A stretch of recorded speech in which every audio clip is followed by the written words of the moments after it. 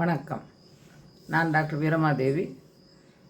என்னுடைய இந்த யூடியூப் சேனலில் நம்மளுடைய இந்து மத சம்பந்தப்பட்ட புராணங்கள், கடவுளுடைய கதைகள் இதையெல்லாம் நான் வாசித்து போட்டுட்ருக்கிறேன். ராமாயணம், மகாபாரதம் இதையெல்லாம் அதனுடைய ஒரிஜினல் டிரான்ஸ்லேஷன் எடுத்து படித்து போட்டுட்ருக்கிறேன். இது எதுக்காகன்னா, வயசானவங்களுக்கும் படிக்க முடியாதவங்க கேட்டு தெரிஞ்சுக்கிட்டோம் அப்படிங்கிறதுனால போட்டுட்ருக்கிறேன். என்னுடைய சேனலை தயவுசெய்து சப்ஸ்கிரைப் பண்ணுங்கள், பெல் பட்டனை அமுத்துனீங்கன்னா என்னோடய அடுத்தடுத்த வீடியோ உங்களுக்கு உடனே தெரியும். மேலும் இந்த வீடியோவில் மகாபாரதத்தில் நான் தெரிஞ்சுக்கிட்ட சில விஷயங்களை உங்களோட பகிர்ந்துக்க விரும்புகிறேன். முதல்ல திரௌபதியை பற்றி. மகாபாரதம்னா நிறைய பேர்த்துக்கு தெரிஞ்சிருக்கும், திரௌபதி யாருனாலும் தெரிஞ்சிருக்கும். ஆனால் தெரியாதவங்களுக்காக நான் அது ஒரு சின்ன குறிப்பு. மகாபாரதம் அப்படிங்கிறது அண்ணன் தம்பி 2 பேர், திருதராஷ்டிரன், பாண்டு. இவங்களுடைய பிள்ளைங்கள், திருதராஷ்டிரோட பிள்ளைங்கள் துரியோதன் முதற்கொண்டு 100 பேர், பாண்டுவோட பிள்ளைங்கள் தர்மர் முதற்கொண்டு 5 பேர். இவங்களுக்குள்ள நடக்கிற அரசு உரிமை போராட்டம், அதாவது அந்த நாட்டை ஆள்றது அப்படிங்கிறதுல நடக்கிற போராட்டம் தான் மகாபாரதம். இதில் அந்த பஞ்ச பாண்டவர்கள் அப்படிங்கிறாங்க இல்லையா, தர்மர், பீமன், அர்ஜுனன், நகுலன், சகாதேவன், இவங்க 5 பேருடைய மனைவி தான் திரௌபதி.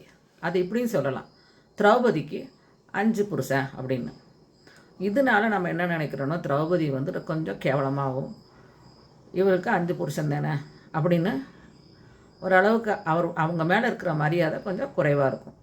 இது மகாபாரதம் நடந்த அந்த காலகட்டத்திலேயும் இதை அவங்க ஃபேஸ் பண்ணியிருக்கிறாங்க. துரியோதனை முதற்கொண்டு பல ராஜாக்கள், நீ 5 பேருக்கு மனைவியாக இருக்கிறீல, எங்களுக்கும் மனைவியாரு அப்படின்னு அவங்கள கீழ்த்தனமாக பேசியிருக்கிறாங்க. பொதுவாக எனக்கும் அந்த அபிப்பிராயம் இருந்தது. எது வரைக்கும்னா, இந்த மகாபாரதத்தினுடைய ஒரிஜினல் டிரான்ஸ்லேஷனில் ஒரு இடத்துல ஒரு அத்தியாயம் படிக்கிற வரைக்கும். அது என்னென்னா, அவங்களுக்கெல்லாம் சூதாட்டம் நடந்து பஞ்சபாண்டவர்கள் வனவாசம் போயிடுறாங்க.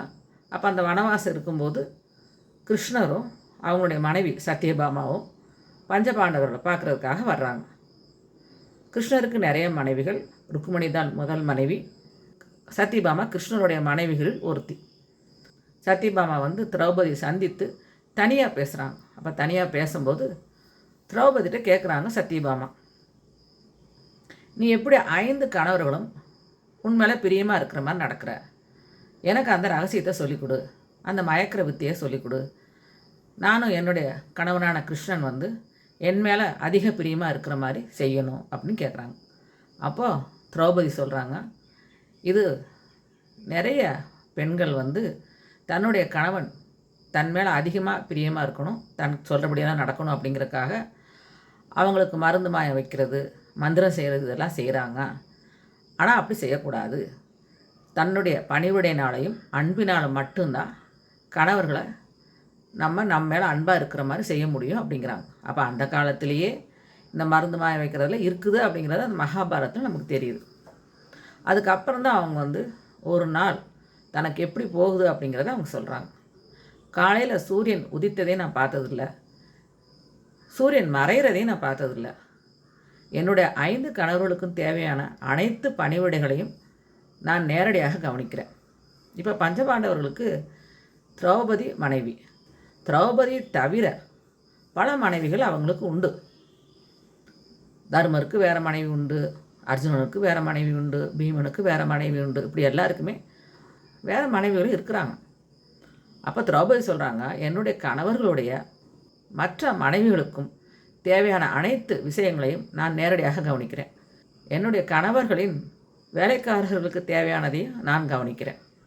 அதுக்கப்புறம் அவங்க முக்கியமாக ஒன்று சொல்கிறாங்க, என்னுடைய மாமியாரான குந்திக்கு தேவையான உணவு, உடை, அவங்களுடைய படுக்கை, இவைகளை நான் நேரடியாக என்னுடைய கைகளாலேயே நான் செய்கிறேன், வேலைக்காரங்க கூட செய்கிறதில்ல, நானே தான் செய்கிறேன் அப்படிங்கிறாங்க.